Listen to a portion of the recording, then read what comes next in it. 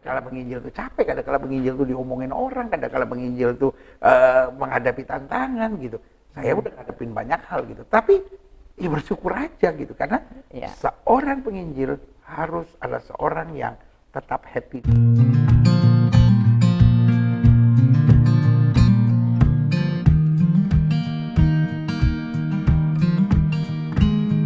Shalom, selamat datang di Pentakostal Podcast STB Betul Indonesia. Dimanapun Anda berada, kami menyapa Anda dengan selamat, dengan salam. Kali ini saya, Gernaida, akan mendampingi seorang hamba Tuhan yang dipakai oleh Tuhan secara luar biasa. Tentu saja beliau sudah melayani sejak usia yang sangat belia. Oleh karena itu, dalam durasi pelayanan yang cukup lama, menjadi seorang hamba Tuhan, penginjil yang diurapi oleh Tuhan, melayani di berbagai wilayah, kota, desa-desa, ke luar negeri, dan tentu saja ini menjadi berkat bagi Indonesia juga bagi bangsa-bangsa. Kita akan menyapa hambanya Bapak Pendeta Gilbert Lumoindo. Apa kabar nih Pak ini? Dahsyat. Ini di hari-hari ini. Oh tetap Pantekosta. Jadi Pentakosta harus menyala begitu ya. Oke, Pak Gilbert nih, apa kabar dari dunia penginjilan?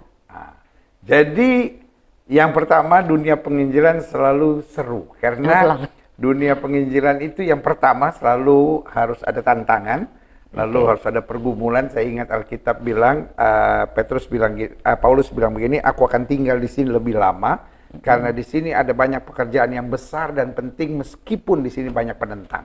Jadi kalau kita perhatikan alam penginjilan ini, di mana ada banyak masalah, di mana ada banyak persoalan, di mana ada banyak tantangan, di mana ada banyak tekanan, justru Injil tersebar.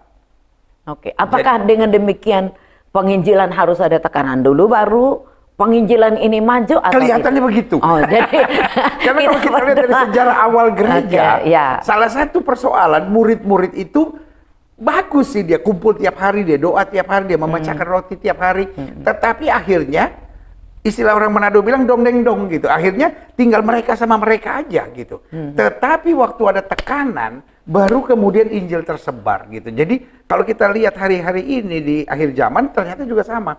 Negara-negara seperti Amerika, negara-negara seperti Eropa, di mana Injil bebas. Justru akhirnya apa yang terjadi? Gereja kosong, gereja sepi, gereja dijual. Nah, ini Pak Gilbert, itu adalah memperlihatkan betapa sebetulnya gereja dan dunia penginjilan itu sudah jauh dari apa yang Tuhan kehendaki. Nah, kalau saya boleh bertanya gini, apakah zona kenyamanan itu menjadi titik nadir bagi dunia penginjilan?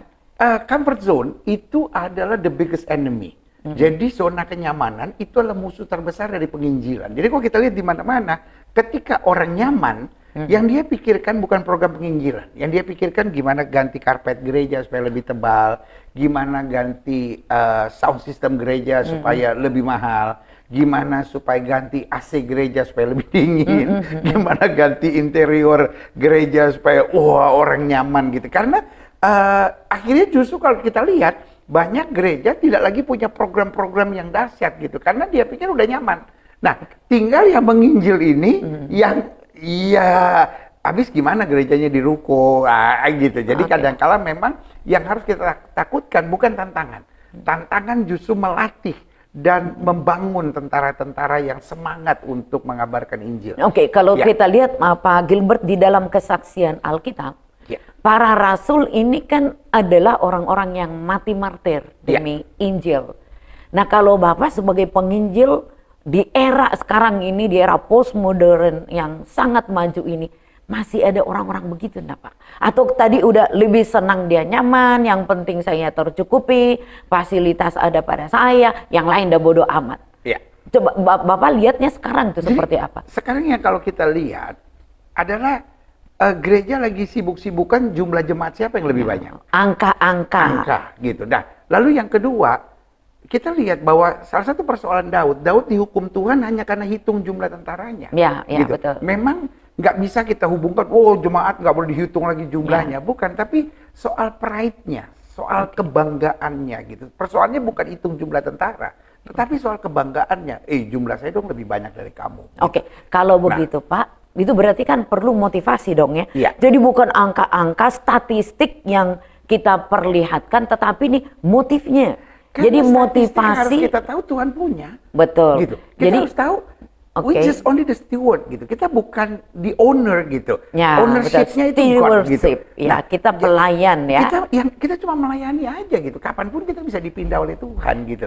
Nah, kalau kita rasa nyaman, yang kita pikirin cuma kursi gitu. Wah, kursi saya udah nyaman nih, saya gembala nih gitu. Biasanya kalau udah nyaman di kursi, ogah untuk keluar loh Pak. Nah, makanya ada istilah kalau sudah duduk lupa berdiri gitu. Sementara penginjilan itu bicara tentang lapangan. Betul. Penginjilan itu bicara tentang lari, bicara tentang jalan, bicara tentang perjuangan, bukan bicara tentang kursi. Oke, Pak Gilbert, kan kita hadir, GBI misalnya hadir di Indonesia juga dengan bangsa-bangsa. Tentu saja Indonesia ini kan punya kultur yang sangat ramai, sangat kaya, dinamika aktivitas penduduk juga begitu sangat dinamis, situasi politis juga rame, Seru. juga kita berjumpa dengan agama-agama. Ya. Bapak sebagai seorang penginjil yang dipakai oleh Tuhan, gimana perspektifnya untuk melihat konteks keindonesiaan kita? Jadi yang pertama GBI kan gereja nasional. Betul. Yang lahir dari bukan turunan gitu seperti Ya. banyak gereja. GBI juga lahir dari kesadaran akan membangun sekolah.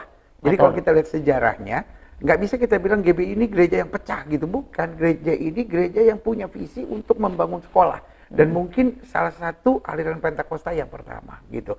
Nah, jadi kalau kita lihat apa yang terjadi dengan GBI, GBI ini sebetulnya membanggakan. Kenapa membanggakan? Yang pertama, kalau kita bicara tentang kota-kota besar, GBI pasti ada di sana. Ada di kota-kota, dan ya. merupakan salah satu gereja besar Yang di kota besar. tersebut. Tetapi kalau kita bicara pedalaman, karena kebetulan saya ada di departemen yang urus untuk penanaman gereja dan juga penginjilan. Penginjilan. Nah, di penanaman gereja dan penginjilan, saya bisa lihat daerah-daerah yang kalau istilah saya bilang setan aja belum sampai di sana, GBI udah sampai di sana gitu. Kenapa? Karena jalannya jauh, tempatnya jarang orang gitu. Tetapi kita ada di sana. Yang kadang-kadang gereja lain juga belum ada di sana gitu. Jadi GBI kalau mau dibilang di kota besar, kita oleh anugerah Tuhan jadi berkat. Jadi berkat. Tetapi masuk ke pedalaman apapun jadi berkat. Makanya pengajaran GBI kalau kita lihat seimbang. Ada banyak Seimbang, gereja ya. misalnya bilang gini, nggak bisa dong kita cuma percaya-percaya mujizat. Kita harus percaya juga kedokteran dan lain-lain. Betul, itu di kota besar. Tetapi di kota-kota di mana ada GBI tertentu, itu untuk pergi ke puskesmas saja, jangan bicara rumah Ya. sakit. Untuk bicara ke puskesmas saja itu jalan 1 hari gitu. Oke. Karena memang kita ada di pedalaman-pedalaman. Di saat itu apa yang kita perlukan? Mujizat, kuasa Tuhan, dan air mata gitu. Karena memang apapun ya bisa terjadi hanya lewat doa. Ya, gitu. betul Pak Gilbert, kalau lihat ini kan dalam konteks kita sebagai gereja Pentakosta. Ya. Nah betul, kalau sarana, prasarana itu tidak ada, maka biasanya kita kan memberikan keyakinan, kepercayaan, harapan kepada Tuhan itu sangat besar. Ini kan menjadi karakteristik dari para penginjil Pentakosta. Seperti tadi di desa-desa yang akses tidak ada, tetapi kan bukan berarti kita mau menyerah untuk penginjilan. Justru kan penginjilan harus maju terus. Pak, tadi kan Bapak bilang bahwa di dalam gereja Bethel Indonesia misi dikaitkan dengan sekolah-sekolah. Ya. Nih, kira-kira apa yang diharapkan oleh Pak Gilbert nih, sekolah-sekolah baik itu sekolah Alkitab, ada itu SOM, ada pelatihan, sekolah-sekolah yang sudah terstruktur, lembaga-lembaga pendidikan yang terstruktur, kira-kira apa sih harapannya Pak Gilbert terhadap sekolah-sekolah termasuk dengan STT Bethel Indonesia? Jadi memang begini, hebatnya GBI ini kan kita menekankan pada sekolah teologi yang solid gitu ya, sekolah teologi yang betul-betul terakreditasi, betul-betul standarnya baik. Dan ini akan menghasilkan pendeta-pendeta di kota yang bertanggung jawab gitu. Ya. Jadi karena itu istilahnya GBI memang gereja Pentakosta, alirannya aliran Pentakosta karismatik gitu. Tetapi GBI ini doktor teologi yang betul-betul doktor, yang betul-betul berpendidikan, betul-betul standarnya jelas, itu istilah orang Manado bilang tabuang-buang gitu, istilahnya banyak gitu, nggak bisa dihitung pakai jari lagi gitu, sehingga kita ini yang akhirnya Tuhan percayakan ada di kota-kota besar. Tetapi kita juga kemudian melatih sekolah-sekolah Alkitab, sekolah-sekolah penginjil, gitu, lalu sekolah Bethel, sekolah penginjil Bethel dan lain-lain, sehingga akibatnya di pedalaman-pedalaman manapun itu orang-orang juga yang terlatih, gitu. Jadi kalau kita hanya menekankan sekolah teologi ya, maka mungkin kita hanya menempatkan orang-orang di kota. Okay. Nah, kalau kita hanya punya sekolah Alkitab, apa yang terjadi? Kita hanya punya ya pos-pos PI di daerah, gitu. Tetapi karena kualitas kita the same, jadi artinya gini, kita memberi kapasitas buat mereka yang mau lulusan luar negeri, lalu dipanggil Tuhan, lalu mau sekolah teologi, kita siap. Dan kita nggak malu-maluin. Mereka yang udah master di luar negeri, tiba-tiba masuk mau ngambil doktor teologi di STT Bethel misalnya, kita nggak malu-maluin gitu. Mereka juga, waduh standarnya standar pelajaran bener gitu. Tetapi buat mereka yang mungkin nggak lulus SD, dipanggil oleh Tuhan, lalu bukan cuma api Roh Kudus bakar hatiku dengan kasih yang murni dari Kalvari gitu. Tapi otaknya juga diisi lewat apa? Lewat sekolah-sekolah STE lah, lewat sekolah-sekolah Alkitab, lewat sekolah penginjil Bethel lah gitu. Jadi mereka bukan hanya api, tapi mereka juga diarahkan betul karena mereka SD aja nggak lulus atau mungkin SD cuman lulusan SD atau lulusan SMP. Mereka nggak mungkin kita latih dengan sekolah teologi yang ketat istilahnya gitu, tetapi dengan kapasitas kebutuhan mereka dapat masukan yang luar biasa gitu. Itu yang saya yakin. Jadi gini, perlu keseimbangan ya Pak. Perlu keseimbangan. Jadi dan kita perlu ngikut. Jadi misalnya kita nggak bisa bilang, wah kamu lulusan SD mau melayani Tuhan, udah buat apalah, udah jadi pengerja aja gitu. Enggak, kalau memang api Tuhan membakar, siapa kita sampai menghalangi? Karena ingat bahwa pekerjaan ini Tuhan punya. Betul. Tugas kita hanya melengkapi. Kalau Tuhan udah panggil mereka, iya kan? Tuhan panggil mereka nggak lulus SD misalnya. Tuhan panggil mereka yang hanya lulusan SD misalnya. Nah, tugas kita apa? Kita nggak bisa bilang, wah, you are not capable gitu. Kamu tuh nggak masuk dalam hitungan pekerjaan. Loh, Tuhan yang udah panggil mereka. Tugas kita memperlengkapi. Tapi kalau kita perlengkapi dengan ajaran teologi yang begini, ya mereka udah keburu knockout sebelum bertanding gitu. Tapi mereka diisi dengan kebutuhan yang sekapasitas mereka itu. Berarti dalam dunia penginjilan Tuhan pakai siapapun, sesuai dengan karunia dan talentanya. Karena dari pendiri kita, Pendeta Dr. Hael Senduk selalu bilang, setiap pendeta, setiap orang yang dipanggil Tuhan adalah penginjil. Bahkan setiap orang yang sudah terima Yesus sebagai Tuhan dan Juru Selamat, dia harus penginjil. Orang yang diselamatkan karena Injil harus kembali menginjil. Berarti hamba Tuhan harus jadi penginjil. Harus jadi penginjil. Jadi nggak bisa kita bilang, oh saya gembala. Kalau saya gembala belum tentu saya bisa jadi guru. Nah kalau saya guru misalnya, saya belum tentu bisa jadi misionaris. Kalau saya misionaris belum tentu saya bisa ini. Tapi mau apapun panggilannya, bahkan dia yang baru bertobat sekalipun, karena dia diselamatkan karena Injil, dia harus memberitakan Injil. Karena kita dipanggil untuk memberitakan Injil memang. Injil. Dimanapun kapasitas kita. Jadi ini kaitannya sesuai dengan tuntaskan amanat agung. Tuntaskan amanat. Jadi ini adalah tugas kita bersama. Pak, dulu kan ada semacam anggapan gini, orang Pentakosta itu kan anti kepada pendidikan, anti kepada teologi. Menurut Pak Gilbert gimana? Karena ada banyak orang bilang begini, oh saya nggak penting teologi, yang penting saya pengalaman dengan Tuhan. Karena dia pikir teologi itu adalah, nah teologi itu apa sih sebetulnya? Mempercakapkan Tuhan kan itu teologi. Betul. Nah tinggal sekarang bagaimana kita diperlengkapi dengan pengetahuan-pengetahuannya. Nah teologi ini kan luas sebetulnya. Ada teologi liberal, ada teologi ini sampai teologi yang tadi itu. Saya pokoknya hanya mau mengalami Tuhan gitu. Tetapi Yesus bilang apa? Kamu sesat jika kamu tidak mengerti kitab suci dan kuasa Allah. Jadi ini kan dua keseimbangan. Satu, kitab suci kan bicara tentang pengetahuan. Kalau kita bicara kitab suci, kita mesti bicara backgroundnya, latar belakang penulisannya, bahasa aslinya, lalu ilmu-ilmu di dalam itu minimal kita tahu kan gitu. Lalu kalau kita bicara kuasa Allah, itu kan kedekatan, pengalaman kita dengan Tuhan.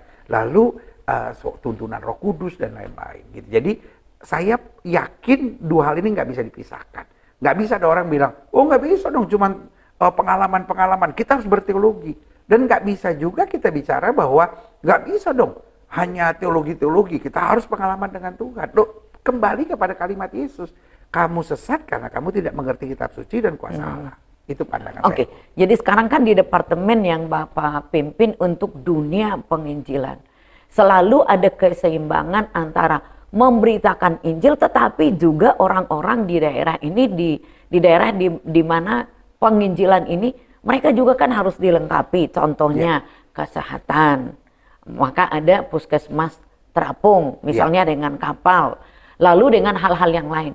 Atau juga mempedulikan mereka di dalam kebutuhan-kebutuhan mereka, bukan saja hanya secara spiritual, tetapi juga secara fisik. Pak, apa yang dilakukan oleh departemen yang menginjil ke seluruh Indonesia? Jadi gini, kalau kita bicara penginjilan, maka kita harus tahu dulu siapa yang kita injili. Yang kita injilkan manusia. Manusia. Nah, kalau kita bicara manusia, kita bicara tentang manusia terdiri dari tubuh, jiwa, dan roh, gitu. Nah, sebelum kita sampai pada rohnya, kita harus sampai pada tubuhnya. Tubuhnya dalam arti kata banyak hal. Misalnya, kita nggak bisa main maki orang, menghakimi orang, kamu pasti masuk neraka, kamu harus terima Yesus. Secara dagingnya saja, secara tubuhnya dia udah ngelawan kita. Kita kan harus jadi pribadi yang menyenangkan, gitu. Nah, karena itu, yang pertama kita lihat kebutuhan dia tuh apa, gitu. Kalau kebutuhan dia adalah diwongke, gitu. Ya kan, ada banyak orang bisa kita layani hanya karena, waduh, kok saya diwongke, gitu. Nah, diwongke ini kan ada banyak. Berarti kalau dia sakit, ya kita kadang-kadang datang dengan pelayanan kesehatan. Gitu. Nah, lalu kalau mereka kekurangan, ya kita datang dengan pelayanan kasih. Nah, gitu. Tetapi kita tidak menjual Injil seharga Indomie, gitu. Kita nggak menjual Injil seharga beras, gitu. Kita nggak menjual Injil seharga kacang hijau. Jadi jangan dipikir itu, karena pada saatnya we want to help people, gitu. Yang pertama yang harus kita tahu dulu dalam penginjilan, apa yang kita mau buat? Kita mau kristenkan orang? Enggak. Karena Alkitab bilang tidak ada seorang pun dapat mengakui Yesus Kristus Tuhan kecuali oleh Roh Kudus. Menjadi Kristen itu adalah pilihan Tuhan, bukan usaha kita. Kalau kita berusaha mengkristenkan orang dengan cara, strategi, saya pikir itu salah. Tugas kita adalah love the people, gitu. Kita help the people, kita menjangkau orang, kita menjangkau jiwa dulu, gitu.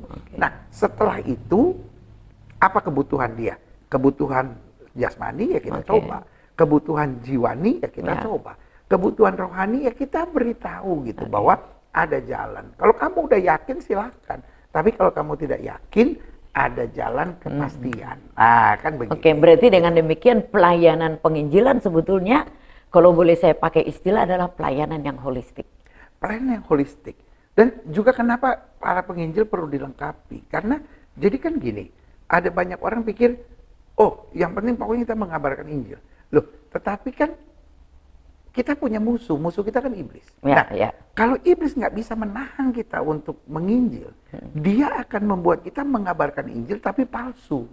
Injil yang lain, Injil yang lain, gitu. Jadi karena itu seorang penginjil, apalagi yang masuk di pedalaman dan lain-lain, itu bukan berarti dia harus doktor teologi yang ahli, tapi minimal dia harus punya basic standar pemahaman Alkitab yang benar, gitu. Sehingga satu, dia bukan mau mengkristenkan orang, itu dulu, gitu. Jadi kristenisasi itu ada tuduhan jahat, karena buat kita yang menginjil, kita tidak pernah mau kristenkan orang, kita cuma mau help the people, gitu. Kita mau tolong orang tubuhnya, kita mau tolong orang jiwanya, kita mau tolong orang rohnya. Nah, masalah apakah dia jadi Kristen atau tidak, itu urusan Tuhan. Urusan Tuhan, kan gitu. Jadi tugas kita memberitakan Injil, membantu orang. Beritakan Injil kepada setiap makhluk. Alkitab tidak pernah bilang pergi kristenkan orang lain, kan nggak pernah. Pak, itu segala makhluk. Ini kan luas sekali. Kira-kira Bapak bisa jelaskan, memberitakan Injil kepada segala makhluk. Segala makhluk ini kan nggak perlu ditafsirkan, pohon makhluk bukan, binatang makhluk bukan. Gitu. Memang ada sebagian bilang, dasarnya kan kasih. Jadi misalnya kita perlu nggak kadang-kala bersuara ketika ada penggundulan hutan? Itu adalah bagian dari penginjilan, gitu. Kenapa? Karena kasih. Tetapi itu juga sedang mau mengajarkan kepada kita. Itu kan gaya bahasanya namanya gaya bahasa hiperbola, gitu. Jadi ada banyak gaya bahasa dalam Alkitab. Salah satunya adalah gaya hiperbola. Waktu Alkitab bilang beritakan Injil kepada semua makhluk, gitu. Nah, artinya tidak terkecuali. Do what you can do, gitu. Jangan sampai akhirnya Karena kita pikir, oh dia miskin, oh dia susah, oh jalannya susah ke sana, oh mesti lewatin sungai, mesti nyebrang, aduh biayanya besar, oh jangan. Nah, Alkitab sedang bilang, layani apapun hambatannya. Kalau itu pemahaman saya. Baik, jadi pelayanan penginjilan itu adalah pelayanan yang holistik. Pak, tantangan bagi seorang penginjil itu apa sih? Hati. Sebetulnya hati aja. Karena kan yang pertama kan kenapa kita menginjil? Bukan karena kita bisa. Gitu. Kenapa kita menginjil? Karena kita berterima kasih sama Tuhan. Nah, kalau kita berterima kasih sama Tuhan, artinya kan kita nggak akan hitung-hitungan, kita nggak akan pikir susah, kita nggak akan pikir, ya tapi nggak ada yang lihat nih gitu, nggak ada kamera nih yang liput saya gitu ya kan. Viral jadi, dengan tidak enggak masalah ya Pak? Tidak, nggak penting. Kalau kita lihat sekarang kan ada banyak orang senangnya cari viral gitu. Kenapa? Karena kalau viral, menurut dia jadi terkenal gitu. Padahal justru kita harus siap membalas cinta Tuhan. Itu aja, makanya saya bilang, kalau kita menginjil, kita kan nggak pernah tahu. Ada orang yang karena menginjil, gerejanya jadi besar. Ada orang yang karena menginjil, gerejanya jadi hilang. Ada orang yang karena menginjil, akan ini. Jadi hasilnya kita nggak tahu. Tetapi ketika hati kita tulus, kita kan mau bersyukur sama Tuhan. Artinya apapun yang harus kita korbankan, apapun, ya kita senang aja. Kadang-kala menginjil itu capek, kadang-kala menginjil itu diomongin orang, kadang-kala menginjil itu menghadapi tantangan gitu. Saya udah ngadepin banyak hal gitu, tapi ya bersyukur aja gitu, karena seorang penginjil harus adalah seorang yang tetap happy dalam segala sesuatu. Mesti sukacita ya. Kalau nggak sukacita nanti penginjilannya tidak jalan. Kalau diterima sukses, kita senang. Kalau enggak, wah kita kebaskan debu kaki ya kan. Pak Gilbert, nah Pak Gilbert kan cukup dekat dulu dengan Om Ho. Sebagai bapak kita lah, bapak rohani kita, juga dekat dengan Om Beni Gerungan, juga dekat dengan para tua-tua awal di gereja Bethel Indonesia, dan mereka tadinya kan semua di sini, di Petamburan begitu. Mulai dari sini. Termasuk saya. Nah termasuk Pak Gilbert dengan Ibu. Pak, sejauh mana sih ini Petamburan ini, STT Bethel Indonesia dulu kan itu memberikan warna di dalam hidup dan pelayanannya Bapak? Ya jadi gini, saya dibesarkan oleh opa yang Pantekosta, Pinkster, salah satu pendiri GPDI lah gitu. Jadi yang bicara waktu itu pendeta Pantekosta nggak boleh minum obat, nggak boleh baca majalah, nggak boleh dengar radio, nggak boleh nonton TV. Itu aliran opa saya gitu. Bahkan karena orang Manado bilang pasta gigi obat gigi, juga nggak boleh pakai pasta gigi kan namanya obat kan gitu. Jadi budaya ini sangat kental. Nah sementara papa saya itu Protestan keras. Dan papa saya sama opa saya, orang Manado bilang nyak baku masuk, nggak cocok gitu. Karena menurut dia apa sih Pantekosta ini? Karena zaman itu misalnya kalau pas doa syafaat misalnya, kita nggak begini tapi berbalik gitu. Nah, mama saya waktu itu bilang gini, masa kita kasih bokong ke pendeta sih, nggak sopan banget sih gitu. Jadi di keluarga di satu sisi saya tahu apa artinya budaya Pantekosta yang sangat kental zaman dulu itu, tapi saya juga bertentangan dengan ayah saya yang selalu berpikir bahwa Pantekosta itu nggak ada aturannya, nggak jelas gitu. Kalau kita di GPIB lebih teratur, lebih jelas gitu, lebih sopan segala sesuatunya gitu, nggak ada orang teriak-teriak, doanya nggak panjang-panjang, teratur gitu. Nah, kalau opa saya udah mulai berdoa aja, kalau dia udah mulai misalnya tak putus-putusnya ya Tuhan. Itu sementara opa saya berdoa, papa saya colek saya, kita ambil dulu berenembun, ayam apa, kita makan dulu di belakang gitu. Selesai, kita balik lagi, opa masih berdoa gitu. Karena kan yang di darat, yang di laut, yang panjang gitu. Jadi menurut kita kok begitu gitu. Tapi di satu sisi saya melihat hal-hal yang baik. Karena kalau kita ada yang sakit, pasti panggil opa, suruh opa berdoa gitu. Dan memang sembuh gitu. Karena opa selalu bilang, Gilbert, kita ini pendeta Pantekosta tidak pernah nonton TV, tidak pernah nonton radio, tidak pernah baca majalah, kita hanya baca Alkitab. Tapi kalau ada orang sakit, kita doakan nggak sembuh, kita belum pendeta Pantekosta. Karena ciri pendeta Pantekosta, doa buat orang sakit sembuh gitu. Nah, jadi saya dibesarkan dari dua budaya ini gitu. Sehingga saya berpikir, jadi pendeta itu berarti nggak boleh sekolah supaya ada kuasa Tuhan gitu.